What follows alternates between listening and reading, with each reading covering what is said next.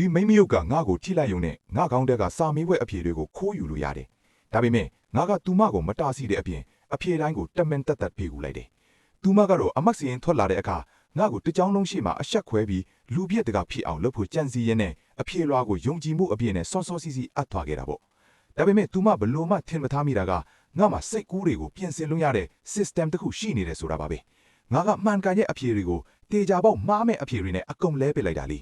တကယ်တော့သူမမှာထူးခြားတဲ့စွမ်းအားတစ်ခုရှိတယ်တယောက်ယောက်ကိုထိလိုက်တာနဲ့အဲ့ဒီလူရဲ့စိတ်ထဲကအတွေးတွေကိုကြားနိုင်တာမျိုးပါအရင်ဘဝတုန်းကသူမဟာဒီစွမ်းအားကိုတုံးပြီးငါ့ကိုအပြစ်အသက်နှုတ်ကွက်ခဲ့တယ်ငါရဲ့ဘဝလွန်ထောက်ခံစာကိုခိုးယူခဲ့ယုံတင်မကဘူးငါရည်စားကိုပါလူယူခဲ့ပြီးငါ့ကိုကူးချသူတယောက်အထိပုံဖော်ကတတ်သေးချင်လောက်တဲ့အထိစိတ်သက်ကြအောင်တွန်းပို့ခဲ့တာဒါပေမဲ့သူမမမျော်ရင်ထားတာကငါဟာအတွေးတွေကိုပြောင်းလဲပစ်နိုင်တဲ့ system နဲ့အတူပြန်လည်မွေးဖွားလာခဲ့တာပဲဒီတစ်ချိန်မှာတော့ငါ့ပိုင်ဆိုင်သမျှတွေကိုပြန်သိမ့်ပတ်ယုံတင်မကဘူးသူတစ်ပါးဘဝကိုခိုးယူတတ်တဲ့ဒီကပ်ပါကောင်ကိုထိုက်တန်တဲ့အဖိုးအခပြန်ပေးစေရမယ်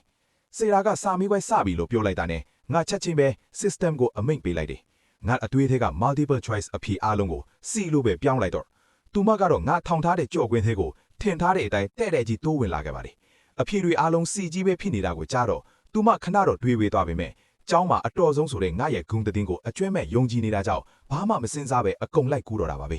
နောက်ပြီးယူပဗေဒသဘောတရားဖြစ်တဲ့အပူကြောင့်ကြုံချင်းပွားချင်းဆိုတဲ့အသိပညာကိုလည်းငါကပြောင်းလန်ပြီးတွေးပေးလိုက်တယ်သူမကတော့တစ်ချက်ကလေးတောင်မစင်စားပဲအဲ့ဒီအတိတ်ပဲမရှိတဲ့အဖြေတွေကိုအပြည့်အစုံလိုက်ရေးခဲ့ပါတယ်ဆရာသမီးအဖြေလွှာအပ်ပါပဲသူမအဖြေလွှာစောအပ်ပြီးထွက်သွားတဲ့အချိန်မှာအရန်ကိုပျော်နေခဲ့တာဒီပွဲရဲ့ဖိတ်ကြားစာကသူမလက်ထဲရောက်နေပြီလို့ထင်နေတာကိုငါကတော့စာသင်ခန်းထဲမှာထိုင်နေရင်မှန်ကန်တဲ့အဖြေကိုပြည့်နေတဲ့ငါအဖြေလွှာကိုကြည့်ပြီးအေးဆက်ဆက်အပြုံးတစ်ခုနဲ့ပြုံးနေမိတယ်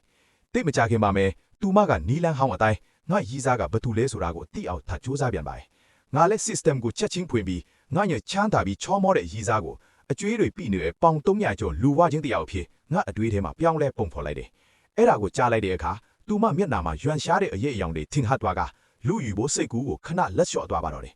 နောက်တော့အရေးချင်းစစ်ပြိုင်ပွဲအတွက် project တင်ပြရမယ့်အချိန်ရောက်လာတယ်အရင်ဘဝတုန်းကငါညမအိပ်ပဲစူးစမ်းခဲ့တဲ့မြ project တွေကိုသူမကဒီလိုပဲခိုးယူသွားတာ